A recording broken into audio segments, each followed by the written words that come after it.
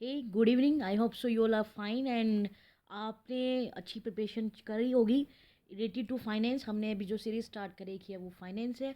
तो फिर मैं वापस एक नया टॉपिक लेके आई हूँ फाइनेंस का, और उस टॉपिक का जो नाम है वो है बेसिस ऑफ ऑनरशिप।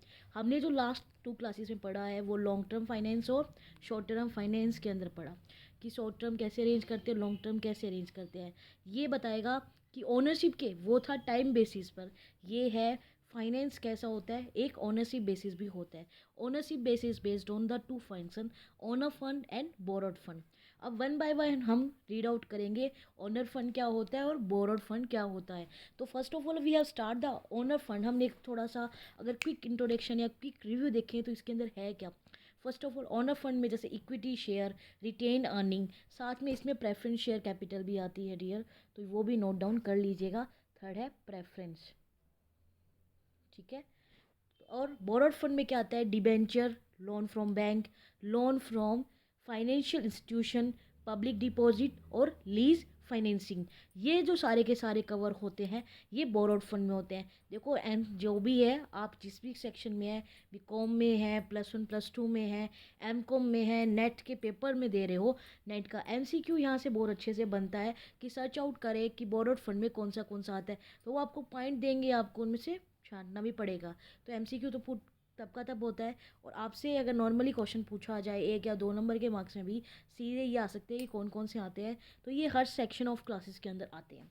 नाउ अगर हम वापस अपने पॉइंट पे आए, अभी आता है ओनर फंड क्या होता है। ओनर फंड वो होता है जिसमें ओनर खुद अपनी कैपिटल कंपनी या बिजनेस में लगाता है। खुद की कैपिटल जो वो लगाता है उसी को हम ओनर फंड कहते हैं।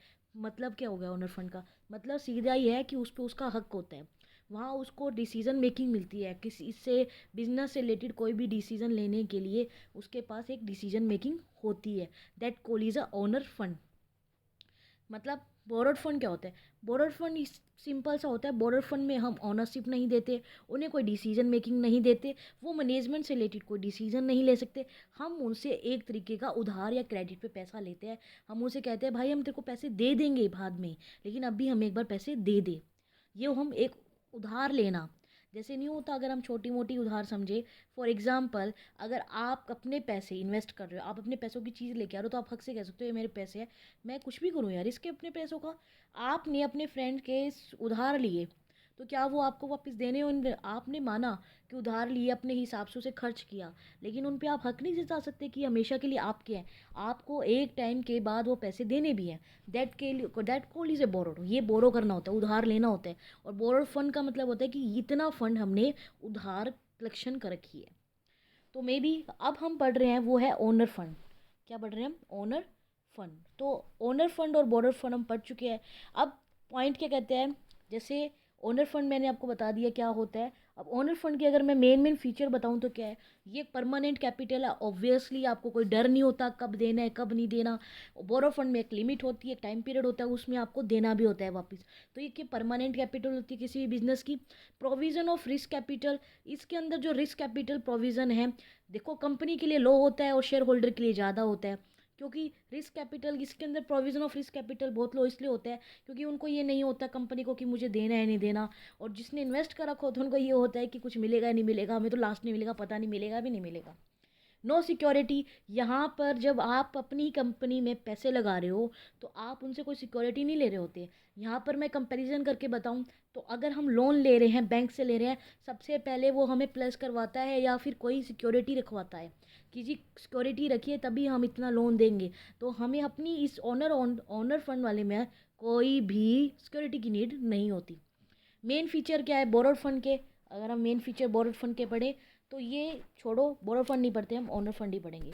तो ये सॉरी अभी factor affecting basis of ownership, कौन से ये फैक्टर इफेक्ट करते हैं हम देखते हैं। ये 7 फैक्टर है जिसे मैं आज एक्सप्लेन नहीं करने वाली, बट हम नाम पढ़ रहेंगे और हम देखेंगे क्या क्या फैक्टर हमको चूज़ करने में हेल्प करते हैं। नॉर्मली थोड़ा सा पॉइंट अगर मैं बताऊँ, cost, risk, cash plan, cash flow position, control consideration, flotation cost, fix operating cost और स्टेट ऑफ कैपिटल मार्केट। अब इसका अगर देखा जाए तो देखो कॉस्ट बेसिस पे तो हम देखेंगे जिसकी कॉस्ट हमारे लिए कम पड़ती है हम वो लेना प्रेफर करेंगे। इसके अगर मैं बताऊं तो हम डिबेंचर वगैरह में इन्वेस्ट करना प्रेफर करते हैं। क्यों करते हैं मुझे आप ये बताना। जबकि आप कहोगे मैम डिबेंचर वगैरह में तो हमें फिक्स इंटरेस्ट वगैरह देना होता है, फिर भी हमारे ये क्यों चूज़ करना, ये अब आप मुझे बताओगे। फिर भी मैं कह रही हूँ लॉ ऑफ कॉस्ट हमारे लिए वो पड़ती है, सब में नहीं कईयों में, मैक्सिमम हम ये कहते हैं उनमें हमारी लॉ ऑफ कॉस्ट पड़ती है। तो ये आप मुझे बताओगे।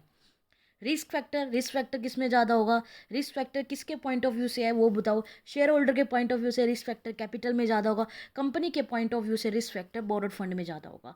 तो ये सब कुछ हमें एक्सप्लेन करना पड़ेगा।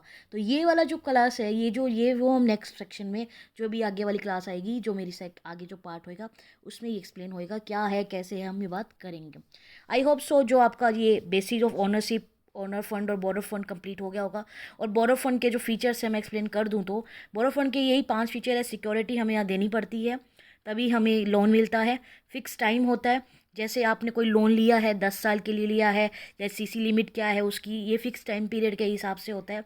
यहाँ जो हमारी ओनर फंड कैपिटल होती है वहाँ पे कोई फिक्स टाइम पीरियड नहीं होता। रेगुलर पेमेंट देना पड़ता है इंटरेस्ट का, जैसे चेक 6% इंटरेस्ट का है पर एनम है तो हर साल आपको 6% इंटरेस्ट आपकी लोन अमाउंट पे देना होगा। कोई मंथली होता है तो मंथली बेसिस पे आपको देना पड़ता है। फिर आता है कंट्रोल, इस पे कंट्रोल होता है। कंट्रोल किसका होता है, इस पे कंट्रोल देखो ये नहीं है कि आप जिससे उधार ले रहे हो उनका फिर वो जो अमाउंट है उन पे उनका कंट्रोल होता है, नहीं। उनका कंट्रोल होता है कि आप टाइम टू टाइम उनकी पेमेंट कर रहे हो या नहीं कर रहे, उस चीज़ पे कंट्रोल उनका होता है। अदरवाइज वो आपके पास केस भी कर सकते हैं, उनके पास पावर होती है। सोर्सेज ऑफ बोरो फंड के कौन से सोर्सेज है अभी अभी हमने रीड आउट करे हैं, ये सारे सोर्सेज है। Debenture, loan from bank, loan from financial institution, public deposit and lease financing. इसमें हमने बस छोटा सा ये सारा ओवरव्यू लिया है, इसके आगे रिलेटेड क्या है वो नेक्स्ट क्लास में होगा। I hope so you like it and please like share and subscribe my share, please support it my channel. Thank you to all of you, have a nice day.